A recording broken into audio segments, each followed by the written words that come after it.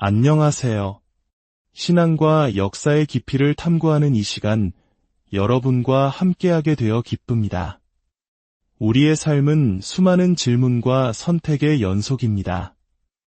특히 신앙인으로서 우리는 어떻게 사는 것이 주님의 뜻에 합당한 길인지 끊임없이 성찰하게 됩니다. 오늘 우리가 나눌 이야기는 많은 분들이 마음속에 품어왔을 법한 그러나 쉽게 답을 내리기 어려운 질문에 관한 것입니다. 이 묵상이 시작되기 전 여러분의 좋아요와 구독은 이 메시지가 필요한 다른 이들에게 닿게 하는 작은 복음 선포가 될 수 있습니다. 이 나눔에 동참하시는 모든 분들께 하느님의 평화가 함께하기를 기도합니다. 이제 우리의 마음을 모아 주님께 기도를 올리며 시작하겠습니다.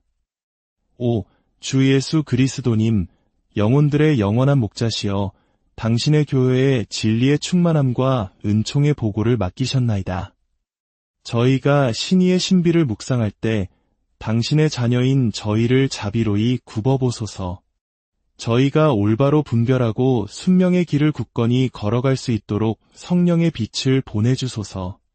오류의 덫과 거짓된 일치의 유혹, 그리고 인간적인 나약함에서 저희를 보호하소서. 저희 마음에 사랑의 불꽃을 지펴주시되 그 뿌리는 진리 안에 굳건히 내리게 하소서. 지혜의 샘이신 복되신 성모님과 사도들의 으뜸이신 성 베드로의 전구를 통하여 저희를 언제나 하나이어 거룩하고 보편되며 사도로부터 이어오는 당신의 교회 안에 머물게 하소서. 이제와 영원히. 아멘.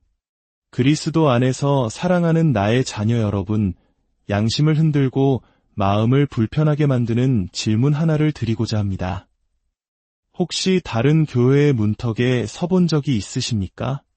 아마도 소중한 친구의 결혼식이나 친척의 장례식 또는 그리스도의 이름이 선포되는 어떤 모임에서였을 겁니다. 그런데 그 순간 영혼 깊은 곳에서 무언가 불편함이 속삭이는 것을 느끼지 않으셨나요? 그곳으로 당신을 이끈 것은 호기심이었습니까? 혹은 예의를 차려야 한다는 생각 때문이었습니까? 아니면 십자가를 따르는 이들 사이의 일치를 향한 간절한 열망이었을까요? 그리고 그 낯선 의자에 앉아 익숙한 듯하면서도 완전히 같지는 않은 말들을 들으며 당신의 영혼을 짓누르는 질문의 무게를 느끼지 않으셨습니까? 이것이 허용되는 일인가? 위험하지는 않은가? 가톨릭 신자가 개신교 예배에 참석하는 것이 죄가 되는가? 자녀 여러분, 이 질문은 지난 수세기 동안 얼마나 많이 제기되었는지 모릅니다. 신자들의 양심 속에서 속삭여졌고 주교회의의 장엄한 회의실에서 천둥처럼 울렸습니다. 평화와 우정을 갈망하는 얼마나 많은 영혼들이 예의와 타협의 경계, 관용과 유혹의 경계를 흐려왔는지요. 일치를 갈망하는 마음이 그리스도께서 당신의 교회를 세우신 반석에 굳건히 닻을 내리지 못할 때 얼마나 쉽게 오류의 물결에 휩쓸려가는지요. 제가 겪었던 실화를 하나 들려드리지요. 제가 사제품을 받은 지 얼마 되지 않았을 때 진실한 신심을 가진 한 자매님을 알고 있었습니다. 그녀는 묵주기도에 충실했고 미사에 대한 열정이 뜨거웠으며 사랑의 실천에도 열심이었습니다. 그런데 그녀의 가장 가까운 친구는 다른 신앙을 가진 개신교 신자였습니다. 그 친구 역시 성경과 예수 그리스도에 대한 사랑을 고백하는 사람이었지요. 자매님은 친절과 우정의 표시로 친구를 따라 종종 주일 예배에 참석하곤 했습니다. 그저 듣기만 하는 것이니 아무것도 잃을 것이 없다고 스스로를 안심시켰습니다. 그곳에서도 하느님의 말씀이 읽히고 기도가 받쳐지지 않느냐고 생각했던 것이지요. 하지만 아주 천천히, 부드럽게, 거의 알아챌 수 없을 정도로 그녀의 가톨릭 신앙생활의 리듬이 약해지기 시작했습니다. 예전처럼 자주 고해성사를 보지 않게 되었습니다. 믿음만으로도 충분하지 않을까 하는 생각이 들었기 때문입니다. 더 이상 성체에 대한 굶주림으로 마음이 타오르지 않았습니다. 성사 없이도 그리스도께서는 영적으로 현존하신다고 스스로를 설득했기 때문입니다. 예의로 시작된 행동은 영혼의 위기로 끝났습니다. 그녀의 영혼은 진리의 충만함에서 그 그림자로 그리스도의 잔치상에서 인간적 견해의 부스러기로 옮겨가고 말았습니다. 오, 자녀 여러분, 똑똑히 배우십시오. 오류는 결코 폭풍처럼 마음을 덮치지 않습니다. 그것은 친절이라는 옷을 입고 조용히 들어와 어느 날 문득 깨달았을 때 자신이 얼마나 멀리 방황해 왔는지 놀라게 만듭니다. 그래서 다시 묻습니다. 가톨릭 신자가 선한 양심을 가지고 개신교 예배에 참석할 수 있습니까? 그것은 순수한 우정의 표현입니까? 아니면 신앙의 조화에 조용한 상처를 내는 행위입니까? 제단과 설교단, 성사와 상징, 사제직과 단순한 목회직 사이의 구분이 아무런 의미가 없는 것처럼 모든 예배를 똑같이 취급해야 할까요? 구세주께서 당신에게 구원의 방주인 당신의 하나뿐인 거룩한 교회를 맡기셨을 때 신실한 영혼이여 당신은 무엇라 답하시겠습니까? 그 교회 안에만 은총의 충만함이 머문다는 것을 믿지 않으십니까? 이것은 가벼운 질문이 아닙니다. 이것은 그리스도에 대한 충실성의 바로 그 핵심을 찌르는 질문입니다. 만일 우리가 그리스도의 신부인 이 교회, 바로 이곳에만 신앙의 유산 전체가 온전히 보존되어 있음을 고백하지 않는다면 가톨릭 신자라는 것은 무슨 의미가 있겠습니까?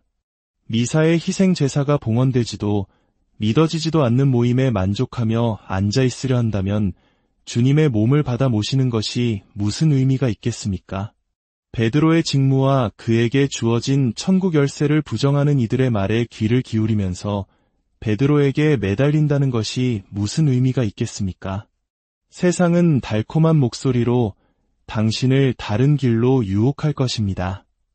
평화, 평화라고 말하며 마음만 진실하다면 어디서 기도하든 무슨 상관인가? 라고 속삭일 것입니다. 분명 하느님은 어디에나 계시고 그리스도는 당신의 이름을 부르는 모든 일을 기뻐하실 거야 라고 말입니다. 물론입니다. 사랑하는 이들이여. 하느님은 어디에나 계십니다. 그리고 그리스도께서는 진실하게 당신을 찾는 모든 영혼을 기뻐하십니다. 그러나 진실성만으로는 진리의 척도가 될 수 없습니다. 진리가 없는 사랑은 위조된 사랑일 뿐입니다. 뱀 또한 하와를 유혹할 때 듣기 좋은 말로 진실성을 이야기했습니다. 그러나 에덴에서 잃어버린 것은 순수함만이 아니라 하느님의 명령에 대한 순명이었습니다. 교회도 마찬가지입니다.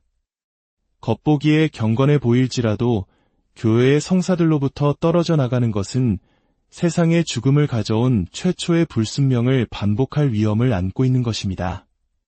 그러므로 저는 여러분을 가두려는 폭군으로서가 아니라 자녀들의 안전을 염려하는 아버지의 마음으로 말씀드립니다. 만일 배 한 척만이 안전하고 다른 배들은 물이 새고 흔들리는 것을 안다면 어느 갑판 위에 서 있든 상관없다고 말하겠습니까? 한 의사는 완전한 치료법을 제공하고 다른 의사는 단편적인 처방만을 내놓는다면 어떤 약을 삼키든 상관없다고 말하겠습니까? 어리석은 일이지요. 그런데도 영혼의 약에 관해서는 얼마나 많은 이들이 이 예배나 저 예배나 똑같다고 말하는지요. 사랑하는 이들이여, 분명히 말씀드립니다. 오직 참된 교회 안에서만 그리스도께서는 완전한 치유를 주십니다. 교회 밖에서는 단편적인 진리와 오류가 뒤섞인 것을 발견할 뿐입니다. 그렇다고 해서 제가 개신교 형제들을 경멸하라고 말하는 것이겠습니까? 결코 아닙니다. 그들 또한 세례로 표지된 하느님의 사랑받는 자녀들이며 때로는 미지근한 가톨릭 신자들을 부끄럽게 할 정도의 열정으로 살아갑니다. 그들의 기도는 하늘에 오르고 그들의 사랑 실천은 진실하며 성경에 대한 그들의 사랑은 존경할 만합니다.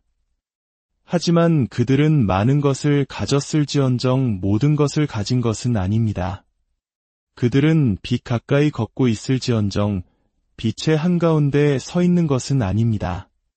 그렇기에 그들의 예배에 참석하는 가톨릭 신자는 자신의 혼란뿐만 아니라 다른 이들에게 걸림돌이 되는 스캔들의 위험을 감수하게 됩니다. 다른 이들이 가톨릭 교회가 참된 교회라면 왜 저 사람은 모든 교회가 동등한 것처럼 행동하는가? 라고 말하게 될 것입니다.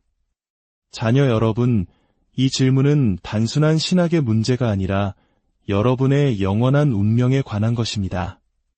그것은 여러분이 세례 때 한 서약, 그리스도의 신부에게 바쳐야 할 충실성, 그리고 세상에 오직 한 무리와 한 목자, 한 신앙, 한 세례만이 있음을 증거해야 할 의무에 관한 것입니다. 이를 가볍게 여기는 것은 순교자들의 피가 헛되이 흘려진 것처럼 취급하는 것입니다. 성 토마스 모어는 단지 칭호 문제로 다투기 위해 목숨을 버렸습니까? 아닙니다. 그는 그리스도의 교회가 나뉠 수 없음을 알았기에 죽음을 택했습니다. 영국의 순교자들이 단두대에서 사라진 것은 개인적인 취향 때문이었습니까? 아닙니다.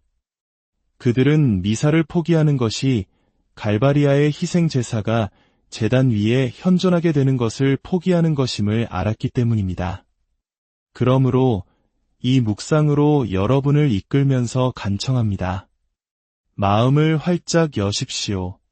그러나 분별력은 날카롭게 벼리십시오. 사랑이 당신 안에서 숨쉬게 하되 결코 진리를 질식시키게 하지는 마십시오.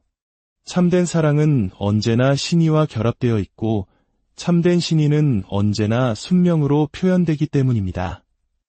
우리는 이제 신앙으로 조명된 이성을 가지고 가톨릭 신자가 개신교 예배에 올바르게 참석할 수 있는지, 만약 그렇다면 어떤 상황에서 죄 없이 용납될 수 있는지를 함께 살펴볼 것입니다. 하지만 결코 잊지 마십시오. 문제는 무엇이 허용되는가 뿐만 아니라 무엇이 거룩한가, 단지 무엇이 합법적인가 뿐만 아니라 무엇이 신실한가에 대한 것입니다. 이제 이 중대한 문제에 더 깊이 들어가기 전에 잠시 고개를 숙이고 전능하신 하느님께 마음을 들어 올립시다. 당신의 성령께서 우리의 마음을 오류로부터 지켜주시고 우리의 신의를 굳건하게 하시며 진리의 좁은 길로 우리를 이끌어 주시기를 청합시다. 사랑하는 자녀 여러분, 개신교 예배 참석이라는 섬세한 문제를 다루기에 앞서 우리는 모든 신의의 기초에 뿌리를 내려야 합니다. 그것은 바로 하느님께서 친히 정하신 방식에 따라 참되신 한 분 하느님을 흠숭하는 것입니다. 기억하십시오. 예배는 인간의 발명품이 아니며 우리가 원하는 대로 바치는 예의가 아닙니다. 그것은 신적인 명령입니다. 주 하느님께서는 모세를 통해 선포하셨습니다. 주 너의 하느님을 경외하고 그분만을 섬겨라. 이 명령은 자유를 억압하기 위함이 아니라 생명을 보존하기 위함이었습니다. 예배는 영혼의 숨결 그 자체이며 올바른 예배는 생명으로, 그릇된 예배는 죽음으로 이어지기 때문입니다. 광야의 황금 송아지를 생각해 보십시오. 이스라엘 백성은 모세를 기다리다 지쳐 우상을 만들고 외쳤습니다. 이스라엘아, 이분이 너를 이집트 땅에서 이끌어내신 너의 신이시다. 그들은 예배를 버리지 않았습니다. 예배의 방향을 바꾸었을 뿐입니다. 하느님에 대한 믿음을 버리지 않았습니다. 하느님을 재정의했을 뿐입니다. 이에 대한 주님의 응답은 무엇이었습니까? 진노와 벌이었습니다. 예배의 방식을 왜곡하는 것은 우리가 흠숭한다고 주장하는 하느님을 모독하는 것이기 때문입니다. 우리는 여기서 배웁니다. 참된 예배는 인간이 고안한 방식이 아니라 하느님께서 명령하신 방식대로 드려져야 한다는 것을 말입니다. 이제 이 원칙을 거룩한 가톨릭 교회에 적용해 봅시다. 우리의 구세주께서는 많은 교회가 아닌 단 하나의 교회를 세우셨습니다. 그분은 사도들에게 단 하나의 신앙 유산을 맡기셨고 베드로를 통해 이를 지키고 양육하도록 하셨습니다. 그에게 천국의 열쇠를 주시며 말씀하셨습니다. 너는 베드로이다.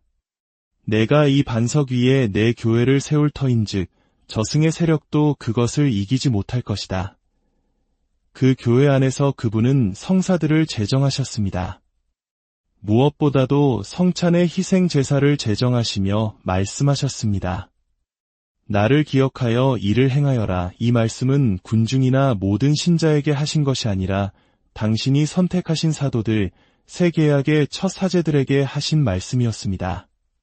그러므로 가톨릭 신자가 거룩한 미사에 참여할 때 그는 단순히 기도하기 위해 모이는 것이 아닙니다. 그는 그리스도의 사제직의 권능으로 제단 위에 현존하게 되는 갈바리아의 영원한 희생 제사 안으로 들어가는 것입니다. 그는 단순한 빵이나 상징, 기념물이 아니라 예수 그리스도의 참된 몸과 피, 영혼과 신성, 즉 생명의 빵을 받아 모십니다. 주님께서는 이 빵에 대해 이렇게 말씀하셨습니다. 사람의 아들의 살을 먹지 않고 그의 피를 마시지 않으면 너희는 생명을 얻지 못한다. 이제 이것을 개신교 예배와 비교해 보십시오. 그 예배를 이끄는 이들의 의도가 아무리 고결하고 찬송이 아무리 열정적이며 설교가 아무리 감동적이라 할지라도 그들은 미사에 참된 희생 제사를 거행할 수도 소유할 수도 없습니다. 그들은 사도 계승으로부터 단절되었기에 유효한 사제직을 갖고 있지 않기 때문입니다. 사제직이 없으면 성체가 없고 성체가 없으면 제단이 없으며 제단이 없으면 희생 제사가 없습니다. 기껏해야 설교와 기도, 친교가 있을 뿐입니다. 그것들 자체는 선하지만 그리스도교 예배의 핵심이 빠진 불완전한 것입니다. 사도 요한의 제자였던 안티오키아의 위대한 성 이냐시오는 2세기 초에 이렇게 썼습니다. 하나의 성찰례만을 거행하도록 힘쓰십시오. 우리 주 예수 그리스도의 살은 하나이며 그분의 피 안에서 하나 되게 하는 잔도 하나이고 제단도 하나입니다. 주교가 부제들 그리고 동료 봉사자들과 함께 있는 것과 같습니다. 초기 시대부터 교회는 명확히 선포했습니다. 제단도 하나, 성체도 하나, 주교도 하나라는 것을 말입니다. 이것들이 없는 곳에는 교회의 충만함이 없습니다. 따라서 개신교 예배에 들어가는 가톨릭 신자는 스스로에게 물어야 합니다. 내가 여기 서서 무엇을 증언하고 있는가? 성경 말씀을 듣지만 그것이 그리스도께서 제정하신 전례 안에서 선포되고 있는가? 기도를 듣지만 그것이 제단의 희생 제사와 결합되어 있는가? 빵과 잔을 보지만 그것이 살아계신 그리스도로 변화되었는가? 아니면 하늘에서 내려온 참된 빵에 대한 나의 굶주림을 채워주지 못하는 상징일 뿐인가? 사랑하는 자녀 여러분, 이 점은 미묘합니다. 어떤 이는 이렇게 말할지 모릅니다. 하지만 그들도 예수를 사랑하고 성경을 읽고 신심 깊게 찬양하지 않습니까? 분명히 하느님께서 그들 가운데 현존하실 겁니다. 그렇습니다. 자비로우신 하느님께서는 진실한 마음으로 당신을 찾는 곳이라면 어디든 현존하십니다. 그러나 그분의 은총의 현존이 그분의 명령을 소홀히 해도 된다는 변명이 되지는 않습니다.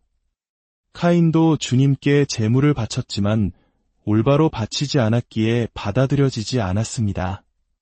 웃자는 선한 의도로 계약궤를 붙들었지만 하느님의 규정을 어겼기에 죽임을 당했습니다. 선한 의지만으로는 충분하지 않습니다. 순명이 요구됩니다. 그러므로 아버지의 사랑으로 여러분에게 말합니다. 가톨릭 신자가 개신교 예배를 마치 미사와 동등한 것처럼 참석할 때 그는 하느님께만 속한 예배의 온전함을 침해할 위험에 처하게 됩니다. 그는 말없이 이렇게 말하는 셈입니다. 이것이나 저것이나 마찬가지다. 갈바리아의 희생 제사와 인간의 설교는 동등하다. 이것이 본질적으로 그리스도께서 성체성사를 통해 우리에게 주신 선물 자체를 부정하는 것이 아니고 무엇이겠습니까? 그러므로 우리가 세워야 할 첫 번째 원칙은 이것입니다. 하느님께 대한 예배는 개인의 취향이나 편애, 사회적 예의의 문제가 아니라 그리스도의 명령에 대한 신의의 문제입니다. 가톨릭 신자가 된다는 것은 하느님께서 명령하신 대로 그분께서 제정하신 방식으로 그분께서 세우신 유일한 교회 안에서 그분을 흠숭하는 것입니다. 겉보기에 신심 깊어 보일지라도 다른 곳에서 예배를 찾는 것은 첫 번째 계명의 온전함에서 벗어나는 발걸음입니다. 교회의 자녀들이여, 여호수아가 이스라엘에게 한 말을 기억하십시오. 너희가 섬길 자를 오늘 선택하여라. 우리 역시 매일 선택해야 합니다. 주님의 규정대로 그분을 섬길 것인지 아니면 인간의 고안물에 따라 섬길 것인지를 말입니다. 개신교 예배에 마치 미사와 동일한 것처럼 참석하는 것은 그 선택을 흐리게 하는 것입니다. 가톨릭 예배 안에 굳건히 머무는 것은 베드로와 함께 이렇게 선포하는 것입니다. 주님, 저희가 누구에게 가겠습니까? 주님께는 영원한 생명의 말씀이 있습니다. 이것이 바로 가톨릭 신자가 최대한의 주의를 기울여야 하는 첫 번째 이유, 즉 첫 번째 계명에 대한 신의와 예배의 온전함입니다. 만일 우리가 여기서 타협한다면 우리는 하느님과의 관계의 핵심 자체를 타협하는 것입니다. 친구의 인정이나 사람들의 존경을 얻는다 한들 그 과정에서 그리스도에 대한 신의를 잃는다면 무슨 소용이 있겠습니까?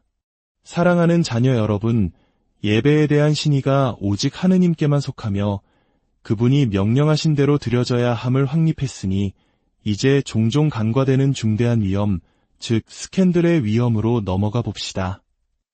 어떤 분은 제게 이렇게 말할지도 모릅니다. 신부님, 제가 개신교 예배에 참석한다고 무슨 해가 있겠습니까? 제 믿음은 굳건하고 가톨릭 교회에 대한 저의 충성심은 흔들리지 않습니다. 저는 그들의 성찬에 참여하지도 않고 미사의 진리를 부인하지도 않습니다. 단지 제 친구, 친척, 이웃을 존중하고 예의를 표하기 위해 가는 것뿐입니다. 사랑하는 자녀여, 당신의 마음은 굳건할지 모르지만 당신의 행동은 다른 이들에게 무엇을 말하고 있습니까? 스캔들이란 단순히 충격적인 행동을 의미하는 것이 아닙니다. 신학적으로 스캔들이란 다른 사람을 영적인 해악이나 죄로 이끄는 말이나 행동 또는 태만을 의미합니다. 우리 주님께서는 이에 대해 얼마나 무섭게 경고하셨습니까? 나를 믿는 이 작은 이들 가운데 하나라도 죄짓게 하는 자는 연자매를 목에 걸고 바다 깊은 곳에 빠지는 편이 낫다. 당신이 잘 알려진 가톨릭 신자인 당신이 개신교 예배에 정기적으로 참석하는 것을 보는 이웃을 생각해 보십시오. 당신의 개신교 친구는 이렇게 생각할지도 모릅니다. 보아하니 가톨릭과 개신교의 차이는 그리 크지 않은 모양이군. 내 친구도 우리 예배에 편안하게 참석하지 않는가? 굳이 어려운 가톨릭 교리를 받아들일 필요가 없겠어. 당신의 행동은 의도치 않게 그가 진리의 충만함으로 나아오는 길을 막는 걸림돌이 된 것입니다. 당신의 자녀들을 생각해 보십시오. 그들은 부모가 한 주에는 미사에, 다음 주에는 개신교 예배에 참석하는 것을 봅니다. 그 어린 마음에 어떤 씨앗이 심기겠습니까? 모든 교회가 평등하며 어디서든 기도하는 것이 똑같이 좋다는 생각, 즉 무차별주의라는 치명적인 오류의 씨앗이 심기는 것입니다. 그들은 제단의 희생과 설교단의 말씀 사이의 영원한 차이를 배우지 못할 것이며 성체의 신비에 대한 경외심을 잃게 될 것입니다. 당신의 행동은 그들의 신앙의 토대를 약화시키는 것입니다. 혹은 당신과 같은 가톨릭 신자를 생각해 보십시오. 신앙이 흔들리고 유혹에 빠진 그가 당신을 봅니다. 그는 이렇게 생각할 것입니다. 저 신심 깊은 사람도 다른 예배에 참석하는데 나라고 못할 게 뭐람? 가톨릭 교회의 가르침이 그렇게 절대적인 것은 아닌가 보네. 당신은 그에게 타협의 문을 열어준 것입니다. 성 바오로 사도는 코린토 신자들에게 이렇게 경고했습니다. 여러분이 먹고 마시는 것이 어떤 형제에게 죄지을 기회를 주거나 넘어지게 하거나 약해지게 하는 것이라면 나는 내 형제를 넘어지지 않게 하기 위해서라도 결코 고기를 먹지 않겠습니다. 우리의 자유가 다른 이의 양심에 걸림돌이 되어서는 안 된다는 것입니다. 당신에게는 개신교 예배에 참석하는 것이 무해한 행위처럼 보일지라도 다른 이에게는 신앙을 버리는 첫걸음이 될 수 있습니다. 이것이 바로 스캔들의 비극입니다. 그러므로 우리가 따라야 할 두 번째 원칙은 이것입니다. 가톨릭 신자는 다른 이들에게 스캔들을 일으킬 위험 때문에 개신교 예배 참석을 피해야 합니다. 우리의 행동은 모든 신앙은 동등하다는 거짓된 메시지를 주어서는 안 됩니다. 오히려 우리의 삶은 오직 가톨릭 교회 안에만 구원의 진리와 은총의 충만함이 있다는 것을 명확하게 증언해야 합니다. 이제 우리는 영혼의 가장 깊은 곳, 바로 성체성사에 대한 갈망의 문제로 나아갑니다. 사랑하는 자녀 여러분, 가톨릭 신앙의 심장은 무엇입니까? 그것은 바로 제단 위에서 매일 봉헌되는 거룩한 미사이며 우리가 주님의 몸과 피를 실제로 받아 모시는 성체성사입니다. 설교는 영감을 주고 찬송은 마음을 고양시키며 친교는 위로를 줄 수 있지만 오직 성체만이 우리를 하느님과 닮게 합니다. 오직 천사들의 빵만이 인간을 성인으로 만듭니다. 영혼의 원수인 악마가 가톨릭 신자들이 성체 없는 예배에 만족하게 될 때 기뻐하는 것이 어찌 놀라운 일이겠습니까? 악마는 잘 알고 있습니다. 만일 당신을 제단에서 단번에 떼어놓을 수 없다면 당신이 그것을 소홀히 하도록 덜 갈망하도록 유혹하여 마침내 당신이 어떤 보물을 소유했는지 있게 만들 것이라는 것을 말입니다. 개신교 예배는 아무리 진실하다 할지라도 악마의 도구가 될 수 있습니다. 왜냐하면 그것은 가톨릭 신자에게 성체 없이 사는 법, 하느님의 숨결 없이 숨쉬는 법, 참된 양식 없이 배부른 척하는 법을 가르치기 때문입니다. 오랜 기간 동안 사제가 방문하지 못해 몇 주에 한 번씩만 미사가 봉헌되던 먼 땅의 가톨릭 신자들 이야기를 들은 적이 있습니다. 그 긴 시간 동안 그들은 함께 모여 기도하고 찬송하며 성경을 읽었습니다. 그러나 그들의 마음은 언제나 거룩한 미사를 향해 울부짖었습니다. 마침내 사제가 도착했을 때 노인들은 몇 마일이나 걸어왔고 병자들은 들것에 실려왔으며 아이들조차 간절한 기대로 단식했습니다. 왜 그랬을까요? 그들은 설교와 노래가 자신들을 어느 정도 지탱해 줄 수는 있지만 오직 성체만이 생명을 준다는 것을 알았기 때문입니다. 그들의 굶주림은 맹렬했고 갈망은 순수했습니다. 제단의 희생 제사를 대체할 수 있는 것은 아무것도 없다는 생각으로 스스로를 속이지 않았기 때문입니다. 이제 이 모습을 습관적으로 매주 개신교 예배에 편안히 앉아있는 가톨릭 신자와 비교해 보십시오. 그는 곧 스스로에게 이렇게 말하지 않겠습니까? 이만하면 충분해. 말씀을 듣고 다른 이들과 기도하고 마음이 고양되었어. 굳이 가톨릭 성당을 찾아갈 필요가 있을까? 고해성사로 나를 괴롭힐 필요가 있을까? 이미 배부른데 미사를 갈망할 필요가 있을까? 그리하여 그는 깨닫지도 못한 채 자신의 영혼을 배반합니다. 그는 전체 요리를 만찬으로, 촛불을 태양으로, 메아리를 목소리 자체로 착각하기 때문입니다. 트리엔트 공의회는 그 지혜로서 이러한 거짓된 만족감을 단죄하며 선포했습니다. 만일 누구든지 세법의 성사들이 구원을 위해 필요하지 않다고 말한다면 그는 파문받을 것이다. 무엇보다도 성체는 장식품이나 선택적인 은총이 아니라 영원한 생명을 위한 필수적인 양식입니다. 기꺼이 그것 없이 사는 것은 영적인 굶주림으로 서서히 죽어가는 것입니다. 자녀 여러분, 이제 왜 우리 주님께서 내 살은 참된 양식이고 내 피는 참된 음료다 라고 하신 후 많은 제자들이 듣기에 너무 거북한 말씀이다. 누가 저런 말을 알아들을 수 있겠는가? 라며 떠나가는 것을 허락하셨는지 아시겠습니까? 그러나 그리스도께서는 당신의 가르침을 완화하거나 타협으로 그들을 다시 부르지 않으셨습니다. 대신 12 제자에게 돌아서서 물으셨습니다. 너희도 떠나고 싶으냐? 베드로의 대답이 우리의 대답이 되어야 합니다. 주님, 저희가 누구에게 가겠습니까? 주님께는 영원한 생명의 말씀이 있습니다. 오직 성체 안에서, 오직 가톨릭 미사 안에서만 우리는 그 영원한 생명을 충만히 받습니다. 그러므로 경고합니다. 사랑하는 이들이여. 여러분의 굶주림을 무디게 하지 마십시오. 모조품에 만족하지 마십시오. 온 세상이 모여 그리스도를 찬양한다 할지라도 제단 위에 그분의 희생 제사가 없다면 여러분은 양식을 얻지 못합니다. 여러분의 귀가 성경 말씀으로 울린다 할지라도 여러분의 입에 그분의 몸이 없다면 여러분은 여전히 굶주립니다. 여러분의 마음이 신심으로 부풀어 오른다 할지라도 그분의 고귀한 피가 없다면 여러분은 여전히 목마릅니다. 그러므로 여러분의 굶주림을 지키십시오. 그것이 불타오르게 하십시오. 아프게 하십시오. 그것이 당신을 제단으로 몇 번이고 다시 이끌게 하십시오. 이 굶주림이야말로 신앙의 증거이기 때문입니다. 그것은 그리스도 없이는 살 수 없다는 것을 아는 영혼의 부르짖음입니다.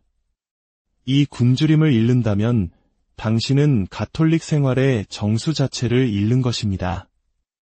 따라서 세 번째 원칙은 이것입니다. 가톨릭 신자는 개신교 예배가 영혼의 성체적 갈망을 굶주리게 함으로 피해야 합니다.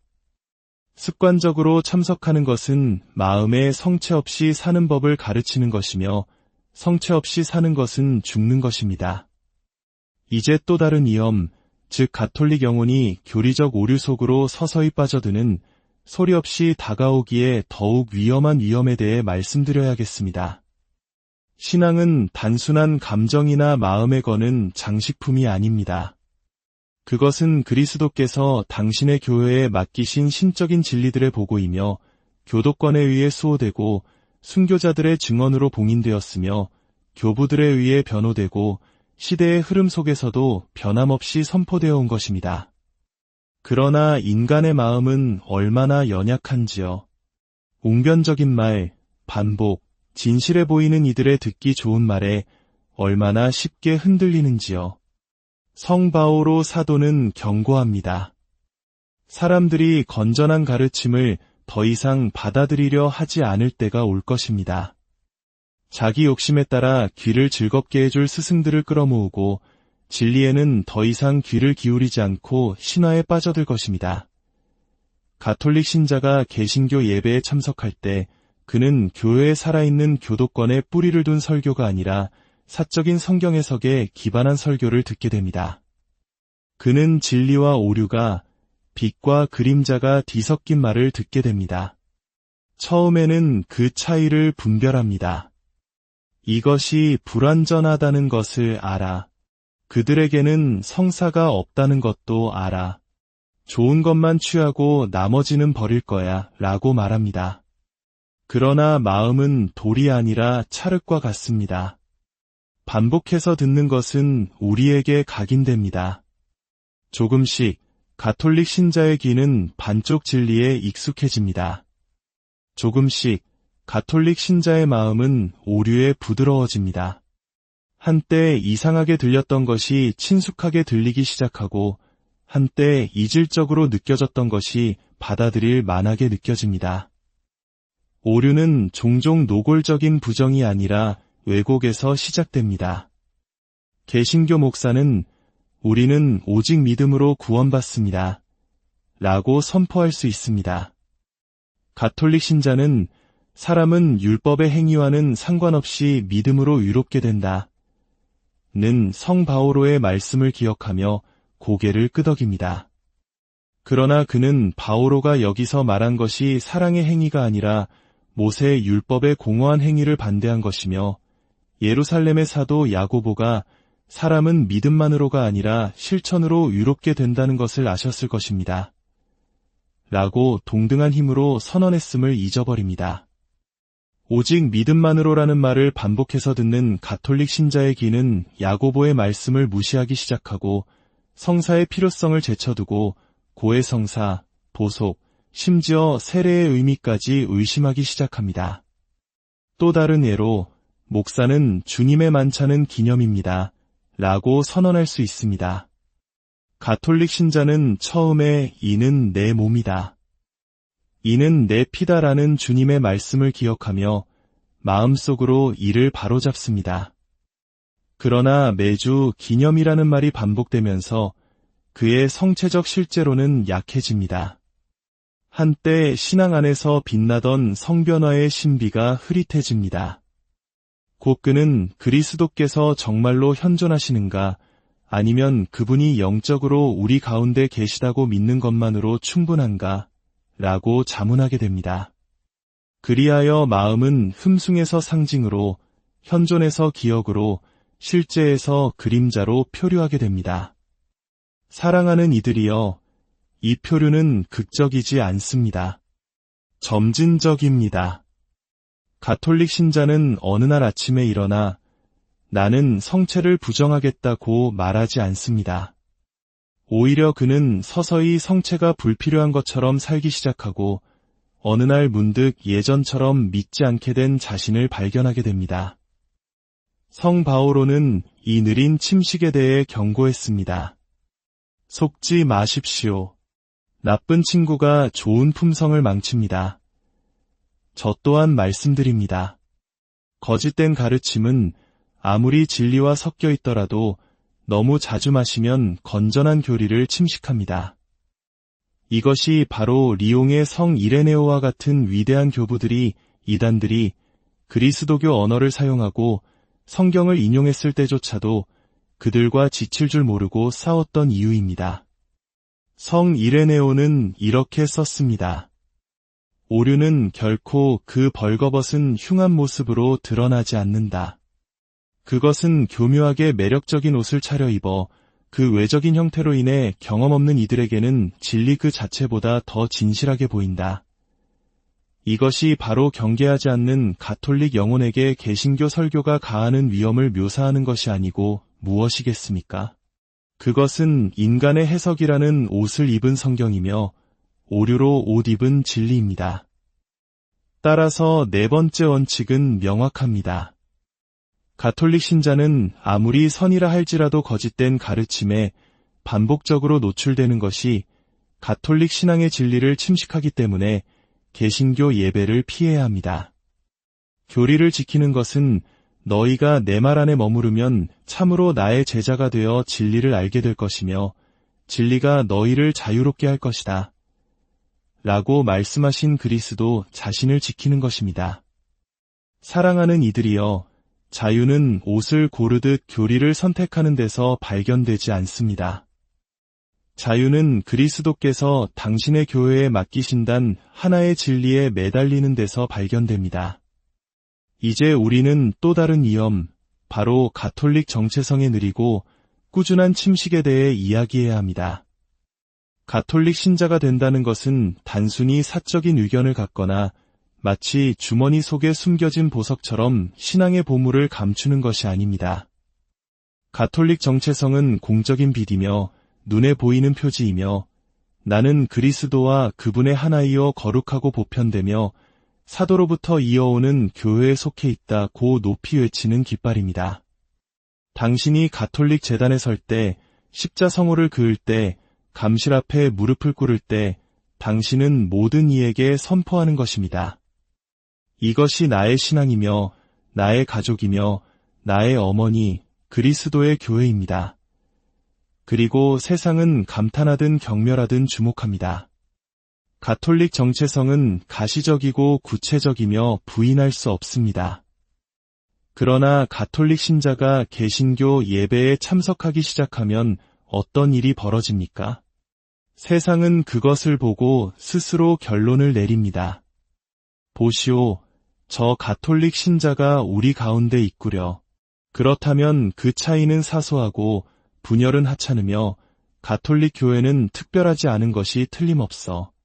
이 제단이나 저 제단이나 마찬가지고 이 신조나 저 신조나 똑같이 타당한 거야. 그리하여 가톨릭 정체성은 방황하는 이들을 인도하는 별처럼 빛나는 대신 계곡의 안개처럼 흐릿해집니다. 우리 주님께서는 꿰뚫는 명확함으로 경고하셨습니다. 너희는 세상의 빛이다.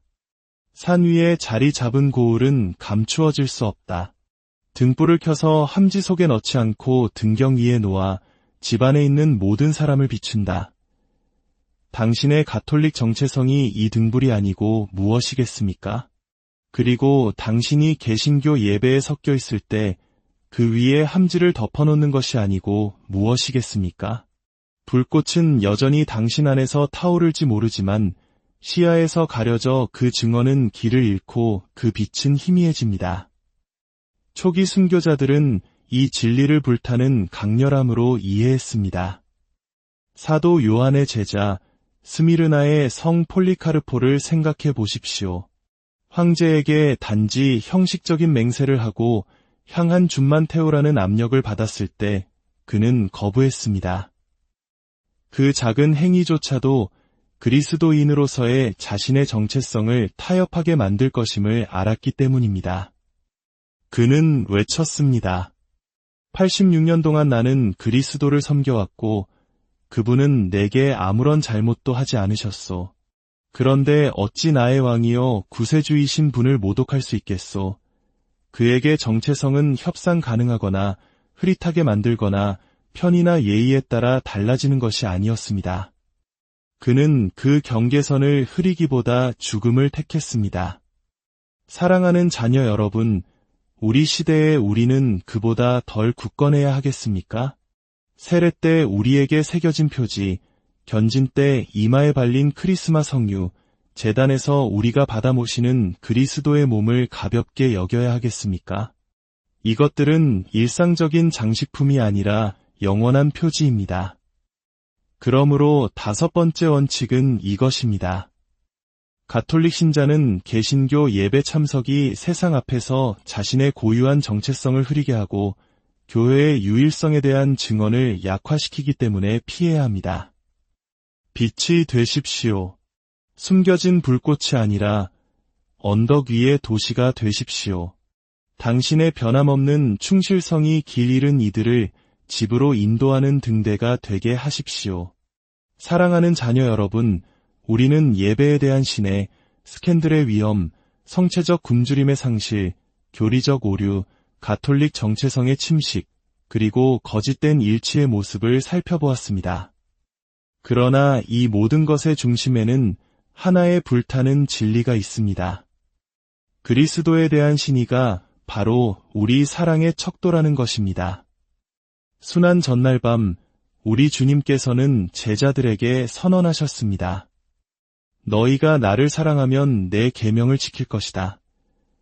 사랑은 감정으로 증명되는 것이 아니라 순명으로, 말만으로가 아니라 신의로 증명됩니다. 그렇다면 당신의 교회에 관한 그리스도의 계명은 무엇입니까? 그분은 베드로에게 너는 베드로이다. 내가 이 반석 위에 내 교회를 세울 것이다 라고 말씀하지 않으셨습니까? 너희 말을 듣는 사람은 내 말을 듣는 것이다 라고 약속하지 않으셨습니까? 그리스도를 사랑하는 것은 그분의 교회를 사랑하고 그분의 교회에 순명하는 것입니다. 어찌 나는 그리스도를 사랑합니다. 라고 말하면서 그분이 죽기까지 사랑하여 구원하신 신부를 가볍게 여길 수 있겠습니까? 마치 미사와 동등한 것처럼 개신교 예배에 참석하는 것은 사실상 그리스도의 신부는 여럿 중 하나일 뿐이다. 그분의 목소리는 특별하지 않고 제단은 유일하지 않으며 성사는 필수적이지 않다라고 말하는 것과 같습니다. 이러한 태도는 신랑이신 그리스도 자신에게 상처를 입힙니다. 그리스도와 그분의 교회는 불가분하기 때문입니다. 신의는 경직됨이 아니라 사랑입니다. 그리스도에 대한 사랑, 그분의 신부에 대한 사랑, 사람을 자유롭게 하는 진리에 대한 사랑입니다. 순교자들을 생각해 보십시오. 그들은 타협이 아니라 죽음에 이르기까지의 신의로서 증언했습니다. 우리 시대에 우리에게 닥치는 고통은 칼이나 불꽃이 아닐지도 모릅니다. 그것은 아니오라고 말하는 조용한 고통일 수 있습니다. 우리를 미사에서 멀어지게 하는 초대에 대한 아니오, 우리의 신앙을 흐리게 하는 외양에 대한 아니오, 진리를 타협하게 만드는 안락함에 대한 아니오, 그리스도를 위해 말하는 각각의 아니오는 사실 그분께 대한 더 깊은 예입니다. 그러므로 이것이 우리의 마지막 원칙이 되게 합시다. 가톨릭 교회에 대한 신의는 그리스도 자신에 대한 신의입니다. 그리고 그러한 신의는 사랑의 최고 시험입니다. 개신교 예배에 참석하는 것은 그 신의를 약화시키는 것이요, 삼가는 것은 당신의 사랑을 증명하는 것입니다. 타협 없이 그리스도를 사랑하십시오. 그분의 성체 안에서, 성사 안에서, 사제들 안에서, 그리고 그분의 신부인 교회 안에서 그분을 사랑하십시오.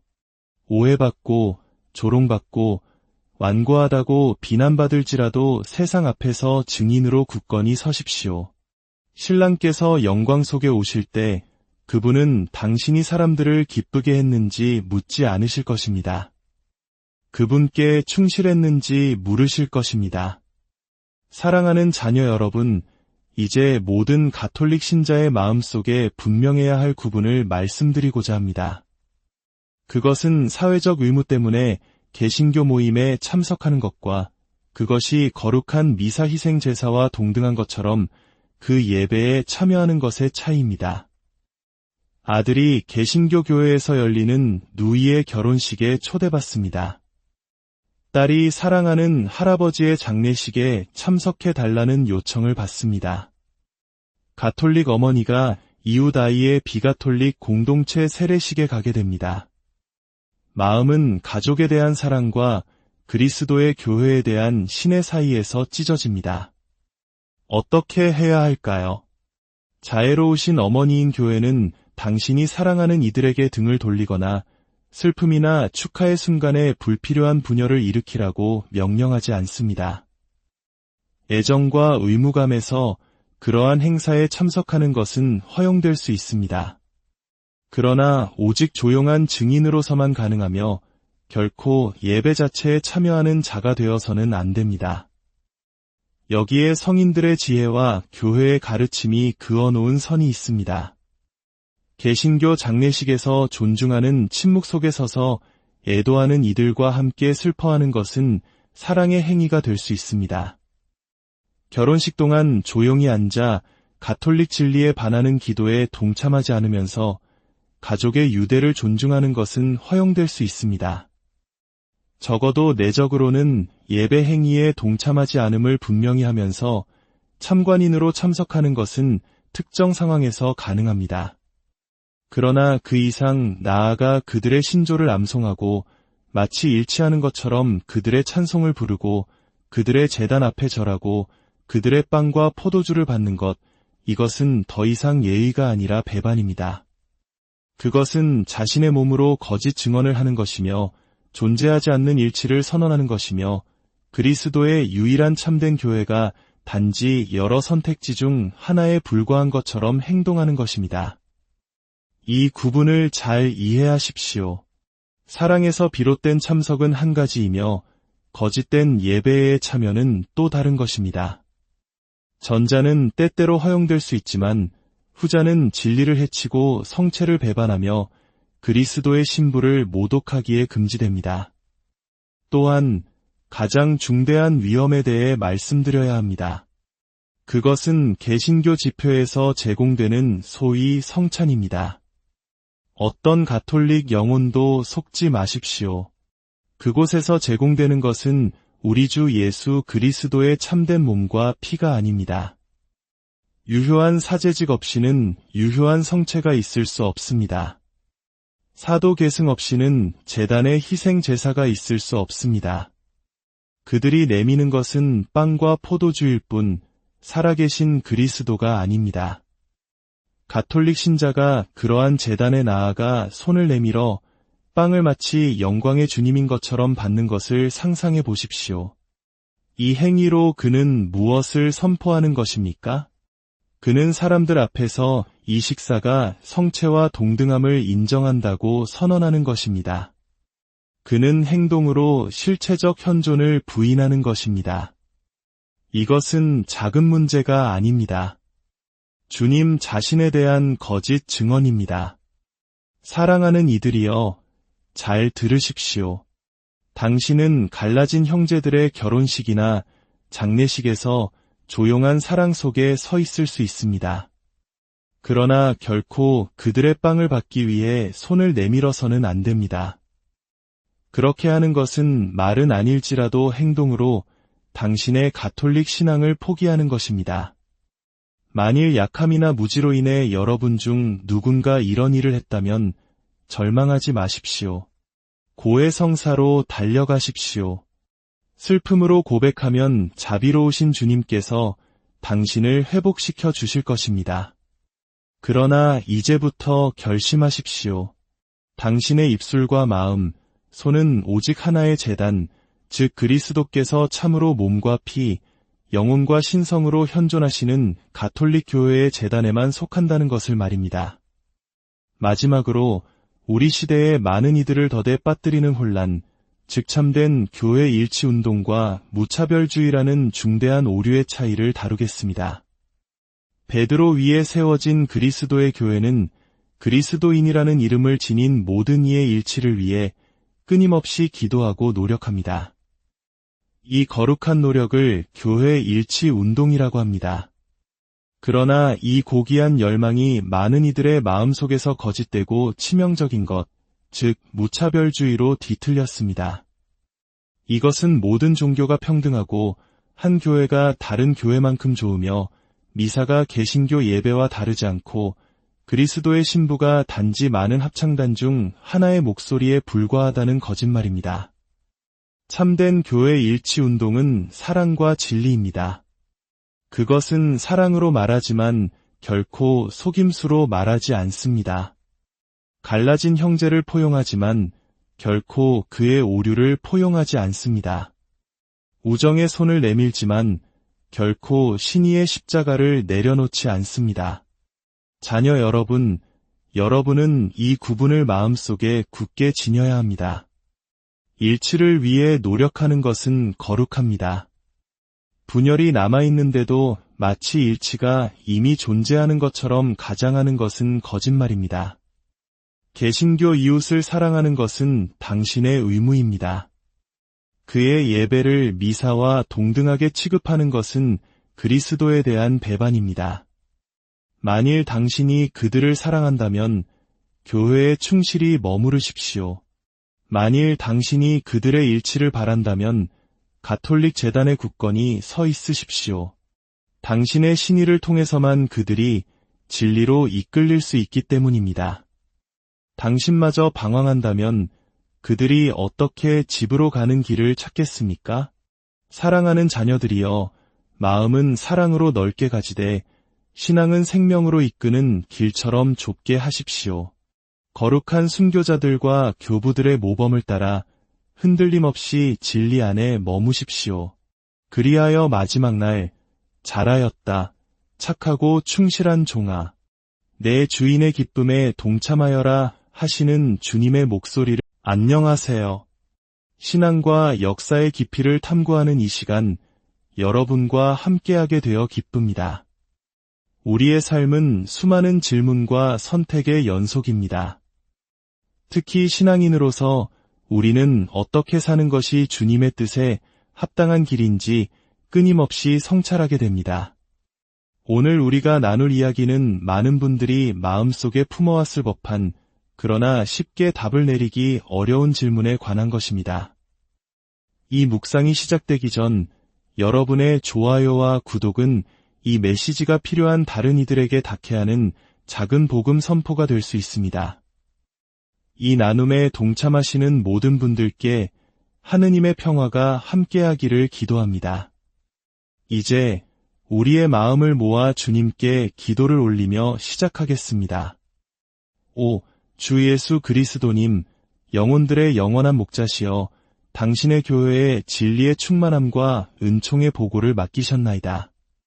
저희가 신의의 신비를 묵상할 때 당신의 자녀인 저희를 자비로이 굽어보소서.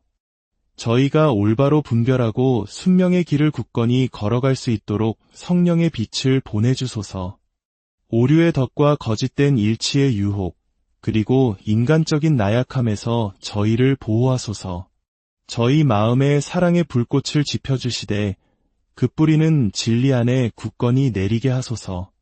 지혜의 샘이신 복되신 성모님과 사도들의 으뜸이신 성 베드로의 전구를 통하여 저희를 언제나 하나이어 거룩하고 보편되며 사도로부터 이어오는 당신의 교회 안에 머물게 하소서. 이제와 영원히. 아멘. 그리스도 안에서 사랑하는 나의 자녀 여러분, 양심을 흔들고 마음을 불편하게 만드는 질문 하나를 드리고자 합니다. 혹시 다른 교회의 문턱에 서본 적이 있으십니까? 아마도 소중한 친구의 결혼식이나 친척의 장례식 또는 그리스도의 이름이 선포되는 어떤 모임에서였을 겁니다. 그런데 그 순간 영혼 깊은 곳에서 무언가 불편함이 속삭이는 것을 느끼지 않으셨나요? 그곳으로 당신을 이끈 것은 호기심이었습니까? 혹은 예의를 차려야 한다는 생각 때문이었습니까? 아니면 십자가를 따르는 이들 사이의 일치를 향한 간절한 열망이었을까요? 그리고 그 낯선 의자에 앉아 익숙한 듯하면서도 완전히 같지는 않은 말들을 들으며 당신의 영혼을 짓누르는 질문의 무게를 느끼지 않으셨습니까? 이것이 허용되는 일인가? 위험하지는 않은가? 가톨릭 신자가 개신교 예배에 참석하는 것이 죄가 되는가? 자녀 여러분, 이 질문은 지난 수세기 동안 얼마나 많이 제기되었는지 모릅니다. 신자들의 양심 속에서 속삭여졌고 주교회의의 장엄한 회의실에서 천둥처럼 울렸습니다. 평화와 우정을 갈망하는 얼마나 많은 영혼들이 예의와 타협의 경계, 관용과 유혹의 경계를 흐려왔는지요. 일치를 갈망하는 마음이 그리스도께서 당신의 교회를 세우신 반석에 굳건히 닻을 내리지 못할 때 얼마나 쉽게 오류의 물결에 휩쓸려 가는지요. 제가 겪었던 실화를 하나 들려드리지요. 제가 사제품을 받은 지 얼마 되지 않았을 때 진실한 신심을 가진 한 자매님을 알고 있었습니다. 그녀는 묵주기도에 충실했고 미사에 대한 열정이 뜨거웠으며 사랑의 실천에도 열심이었습니다. 그런데 그녀의 가장 가까운 친구는 다른 신앙을 가진 개신교 신자였습니다. 그 친구 역시 성경과 예수 그리스도에 대한 사랑을 고백하는 사람이었지요. 자매님은 친절과 우정의 표시로 친구를 따라 종종 주일 예배에 참석하곤 했습니다. 그저 듣기만 하는 것이니 아무것도 잃을 것이 없다고 스스로를 안심시켰습니다. 그곳에서도 하느님의 말씀이 읽히고 기도가 받쳐지지 않느냐고 생각했던 것이지요. 하지만 아주 천천히, 부드럽게, 거의 알아챌 수 없을 정도로 그녀의 가톨릭 신앙생활의 리듬이 약해지기 시작했습니다. 예전처럼 자주 고해성사를 보지 않게 되었습니다. 믿음만으로도 충분하지 않을까 하는 생각이 들었기 때문입니다. 더 이상 성체에 대한 굶주림으로 마음이 타오르지 않았습니다. 성사 없이도 그리스도께서는 영적으로 현존하신다고 스스로를 설득했기 때문입니다. 예의로 시작된 행동은 영혼의 위기로 끝났습니다. 그녀의 영혼은 진리의 충만함에서 그 그림자로 그리스도의 잔치상에서 인간적 견해의 부스러기로 옮겨가고 말았습니다. 오, 자녀 여러분, 똑똑히 배우십시오. 오류는 결코 폭풍처럼 마음을 덮치지 않습니다. 그것은 친절이라는 옷을 입고 조용히 들어와 어느 날 문득 깨달았을 때 자신이 얼마나 멀리 방황해 왔는지 놀라게 만듭니다. 그래서 다시 묻습니다.